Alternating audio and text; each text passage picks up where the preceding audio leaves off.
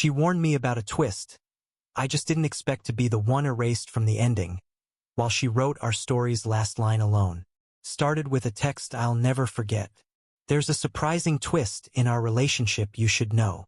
No emojis, no explanation, just a period, like the end of a sentence she'd already finished writing in her head. I'm Mike, 29, software engineer, currently sitting in an open-plan office in Austin, staring at that message as if the screen might blink out a translation. Kelsey, 27, my girlfriend of almost 3 years, had been distant for months. She laughed at things on her phone that I never saw. She'd started dressing up for girls' nights that seemed to end closer to dawn than midnight. Even my friends noticed. At my best friend's birthday, she left halfway through to help her brother move a sofa. Everyone pretended to buy it. I didn't. That night I drove home in silence, stomach hollow. Her car wasn't there. The closet was half empty. On the coffee table sat a still warm mug of coffee, and her leather-bound journal, open like it wanted to be read. I'd never been the type to snoop. I'm the trust until you can't kind of guy, maybe to a fault. But that morning, staring at her empty side of the closet, my gut was louder than my morals. The journal lay open, waiting. It wasn't even hidden, no lock, no secrecy. Just there, on the table, like an invitation wrapped in guilt. The handwriting was unmistakably hers, looping letters, tiny hearts over the eyes. I skimmed past earlier pages filled with affirmations and meal plans until I hit the most recent entry. Dated that morning. Getting tired of hiding it, but honestly, it's exciting. Meeting my backup boyfriend tomorrow. 6 months keeping both guys interested. Honestly proud of myself. I froze. My mind went blank, then white hot. Backup boyfriend? 6 months? Proud? For a few seconds, I actually laughed. Not because it was funny, but because my brain refused to file what it was reading under real life. Then I did the one thing I swore I'd never do. I took out my phone, snapped a photo, and texted her 3 words. Found your twist. An hour passed. I didn't leave. Didn't eat. Just sat there, the journal on the table like evidence in a crime scene. Around 8 p.m., her car pulled in. I heard her humming up the stairs, grocery bags rustling. She walked in, smiling like nothing was wrong, until she saw my face. Oh, Mike. Her voice dipped, soft, careful. It's not what you think. That line. The universal anthem of the caught. Really? I asked, holding up my phone. Because this seems pretty self-explanatory. She froze when she saw the photo. Then came the excuses, rehearsed, layered, desperate. I just needed to figure myself out, she said, setting down her purse. You've been so focused on work lately. I wasn't sure where we were going. Kelsey? I said slowly. Who's Dylan? Her face didn't even twitch. She just sighed, like I'd asked something mildly inconvenient. We just hung out sometimes. He's a friend. I wanted to see what I really wanted. You wrote backup boyfriend. I reminded her. Okay, that was a joke, she said, voice rising. I was venting. You know how I journal. I didn't, I said. Not until today. Her tone flipped from guilty to offended in seconds. You went through my private stuff? That's such a violation. There it was, the classic pivot. I'd read enough Reddit stories to recognize the playbook. When caught, change the subject to your boundaries being crossed. I wouldn't have needed to, I said quietly, if you hadn't crossed every boundary first. For a moment, she had no words. Then she started crying soft, shallow tears that didn't quite reach her eyes. I didn't mean for it to get this far, she whispered.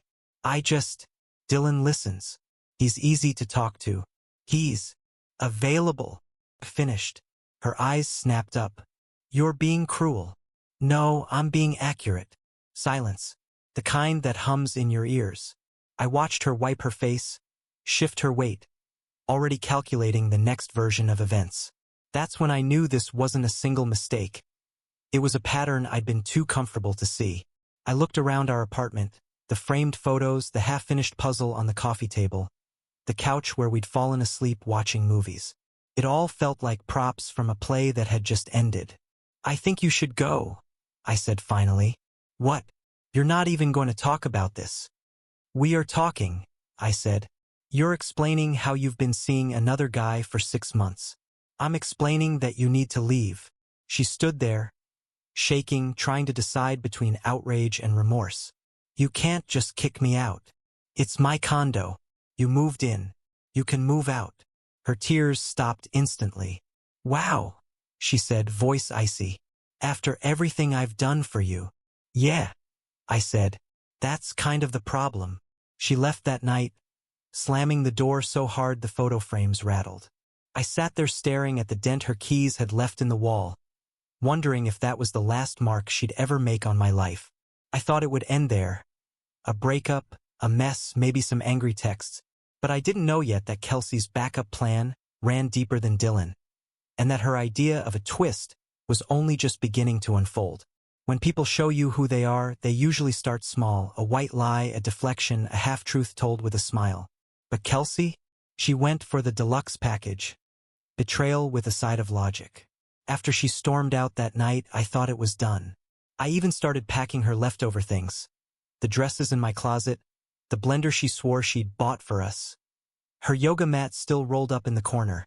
Around midnight, my phone buzzed. Kelsey, can we talk? I want closure. Closure. The most overused word in post-breakup diplomacy. Against my better judgment, I agreed to meet her at the cafe down the street the next afternoon. I figured it'd be short, maybe even civil. I was wrong. She arrived in sunglasses, hair perfect, like she was attending her own press conference. She sat down across from me, crossed her legs and said, "You're overreacting." Just like that. No apology, no emotion, just managerial calm. As if she were critiquing my performance in a relationship review. "We never officially said we were exclusive," she continued, stirring her coffee. "I was just being practical, making sure I didn't settle too early." Practical. The word landed like an insult dressed in a business suit. Practical was for taxes, car insurance, or grocery lists. Not 6 months of sleeping beside me while texting another guy goodnight. Practical? I repeated. You mean lying? For half a year. She tilted her head. You're being dramatic. I didn't lie. I just didn't tell you everything. That's different. I laughed, quiet and humorless. You lived with me. You used my address for your packages, my Netflix account, my groceries. But sure, let's call that practical. She didn't flinch. Mike, look, I like you. I really do. But Dylan and we have better chemistry. I've decided to make things official with him. The audacity was surgical. She said it without shame, without hesitation, like she was announcing a new job offer. I stood up, heart strangely calm. Then pack your stuff and leave my condo. Today. Her chair scraped back, the mask cracking. You're seriously kicking me out? Over this? You're being immature. Immature, I said, leaning forward. I trusted you. You betrayed that. You don't get to lecture me about maturity now. She scoffed, arms crossed. You're so controlling. You always need to have the last word. No, I said. I just prefer the truth to whatever this is. Her tone shifted, venomous now. You'll regret this. Dylan treats me like a queen. You'll be stuck here alone, bitter, while we're out living life. Honesty, I said quietly, is what you do before you get caught. For the first time, her confidence wavered. Maybe it was the way I said it. Not angry, not bitter, just done. She blinked, grabbed her purse, and stood. Everyone's going to know what kind of person you really are, she shouted, loud enough that the barista stopped steaming milk. And just like that, she was gone again, stormed out into the Texas heat, the door swinging behind her like punctuation. I sat there for a long time, watching her cross the parking lot, probably rehearsing the version of the story she'd tell Dylan. In her version, she'd be the victim, of course, the misunderstood girl who'd been trapped in a relationship with a cold, controlling man. I'd seen her rewrite history before. She was fast at it. When I finally went home, the place felt different. Not just emptier, cleaner, like someone had vacuumed out the lies. Her mug was still on the counter, half full of coffee she'd left that morning. The journal was gone. So was the framed photo of us in Colorado. For a moment, I thought that was the end. A messy breakup, a few mutual friends forced to pick sides, maybe a bitter post or two online. But that night, as I scrolled through my phone, I saw her new post. A selfie of her and Dylan in his car, captioned, "Sometimes you realize the person you thought was your forever was just your detour dizzy." Hundreds of likes. A dozen supportive comments. I didn't comment, didn't block her. Just watched quietly as she spun her new story, line by line. What I didn't know yet, what she didn't expect, was that her practicality was about to become her undoing. Because in her rush to replace me, she'd left a digital trail a mile wide, and every breadcrumb led right back to her next mistake. 3 days of silence. That's how long it took before curiosity overpowered anger. I told myself I just wanted closure. But really, I wanted to see what kind of man you throw away 3 years for. It didn't take long. Dylan's name was all over her socials. He wasn't exactly discreet. The guy practically lived online. His Instagram was a highlight reel of gym selfies, motivational quotes, and rental cars he pretended to own. But what caught my attention wasn't the narcissism. It was the dates. Scrolling through, I realized some of those pictures overlapped perfectly with the nights Kelsey had claimed to be working late or helping her brother. The timeline was exact, almost like she'd left breadcrumbs just to test whether I'd ever look. Then came the real twist. Dylan's tagged photos told a different story, because in half of them he wasn't with Kelsey. He was with another woman. Same smile, same locations, sometimes even the same outfits. Her name was Amy, his actual girlfriend. Kelsey's backup boyfriend had a backup girlfriend. I sat back and laughed. Not the bitter kind, just a hollow, exhausted laugh that comes when the universe goes from cruel to comedic. I took screenshots of everything. Dylan and Amy at Barton Springs, Dylan's Valentine's post, "Couldn't imagine life without you, Babe Redheart." Dylan's comment under Kelsey's selfie, "My ride or die face blowing a kiss." It was a digital triangle of arrogance and stupidity. I didn't message anyone. I didn't need to. Karma had already RSVP'd. A few days later, my phone buzzed. Unknown number. It was Kelsey's sister, Jenna, crying before she even spoke. "I can't believe you'd just throw her out like that," she said. "You broke her heart, Mike. She's been a mess." I let her finish. Then I said, quietly, "Tell her to show you her journal." Click.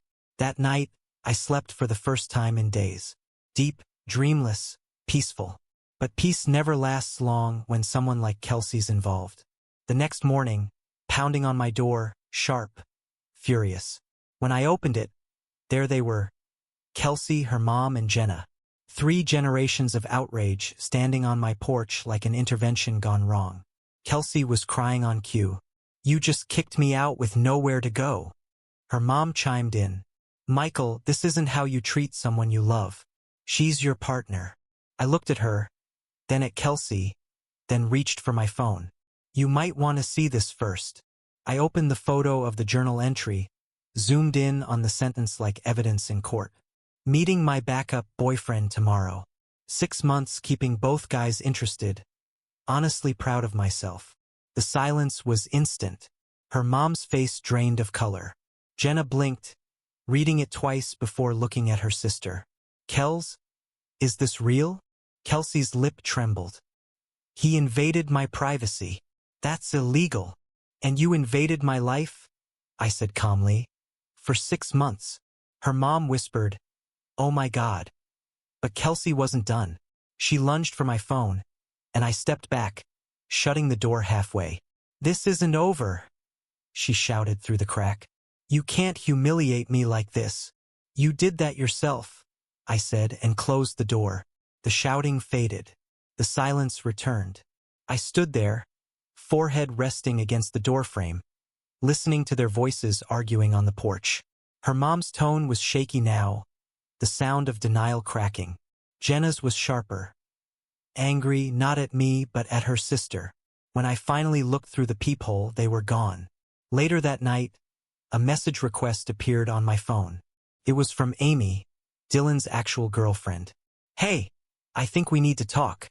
Turns out, someone, I'll give you one guess who, had posted a picture of Dylan and Kelsey together, captioned, "Finally choosing happiness, two hearts." Amy had seen it. She'd gone through the comments, then his messages, and found the overlap.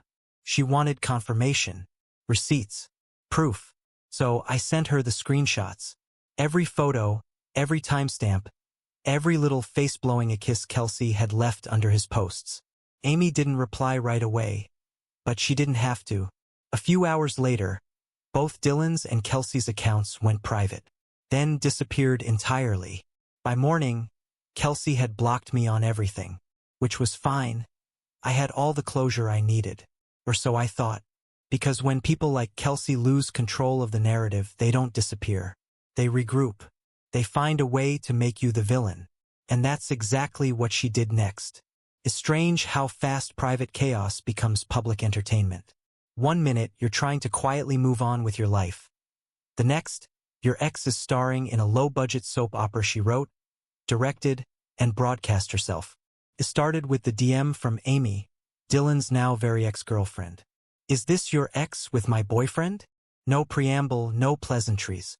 Just a photo of Dylan and Kelsey at a rooftop bar, one of the same shots I'd already saved. I sent Amy everything.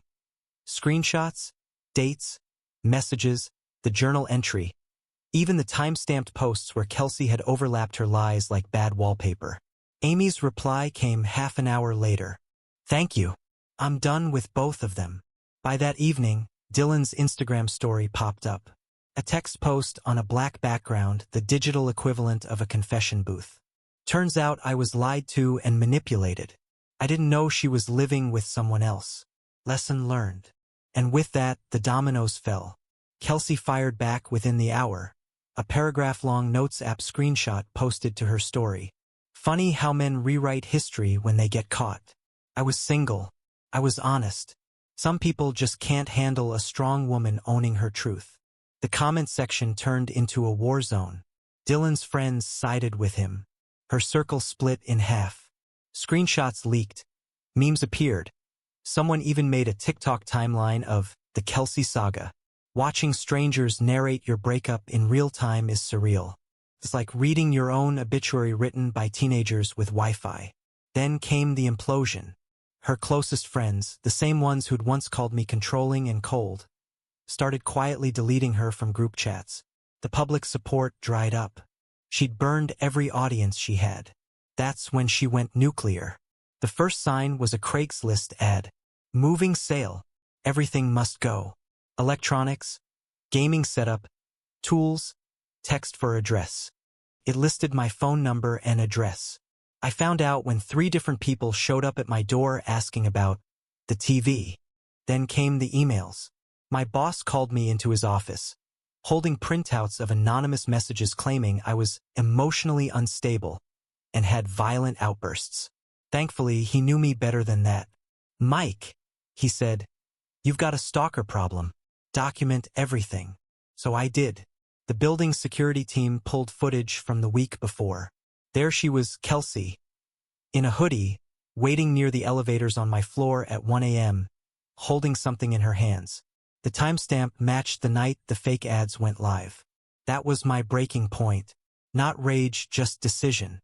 I called my lawyer. The same calm tone I'd used the night she confessed to practical cheating.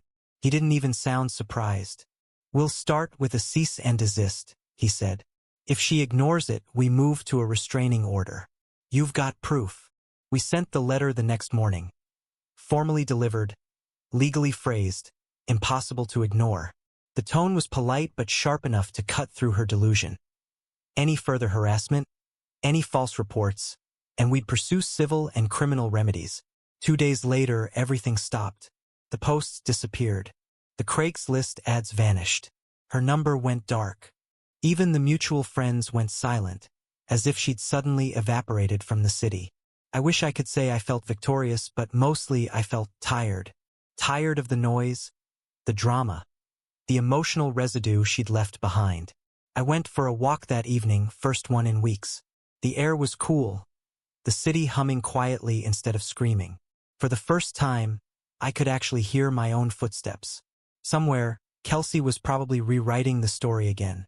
maybe to a new audience, maybe with new characters. But this time, I didn't care. I wasn't part of it anymore. My part of the story was finished. 2 months. That's how long it took for the noise to fade into something resembling peace. No calls, no messages, no drama. Just quiet. The kind of quiet that feels like oxygen after months of breathing smoke. I heard about Kelsey and Dylan's relationship through the grapevine. Mostly whispers from mutual friends who still couldn't resist gossip. Apparently, it imploded faster than it started. 2 weeks in, Dylan posted a cryptic tweet. Never date someone who screenshots their own lies. Kelsey responded with her usual flair. Another public monologue about toxic men who can't handle accountability. Within days, both of them had unfollowed each other, deleted photos, and moved on to rewriting the same story with new leads. They'd both become walking cautionary tales, local legends in a small digital circle of people who thrive on secondhand chaos. I didn't need to join the audience. I'd already seen the live show. Meanwhile, my life started to look like mine again. I repainted the condo lighter colors, open space, sold the couch she'd picked, replaced it with one that didn't carry the memory of her perfume. Even changed the locks more for symbolism than security. Each change felt like deleting a file I didn't need anymore. And then, because life has a sense of humor, I got a dog. A rescue mutt named Leo, nervous, loyal, and perpetually skeptical of strangers. We understood each other immediately. One evening, at the park, Leo ran off to chase a tennis ball belonging to someone else's dog. That's how I met Rachel. She was sitting on the grass, smiling as Leo dropped the slobbery ball in her lap. We started talking. She was grounded in a way that felt foreign to me. Calm without effort, funny without trying. The kind of person who looks you in the eye instead of at their reflection in your pupils.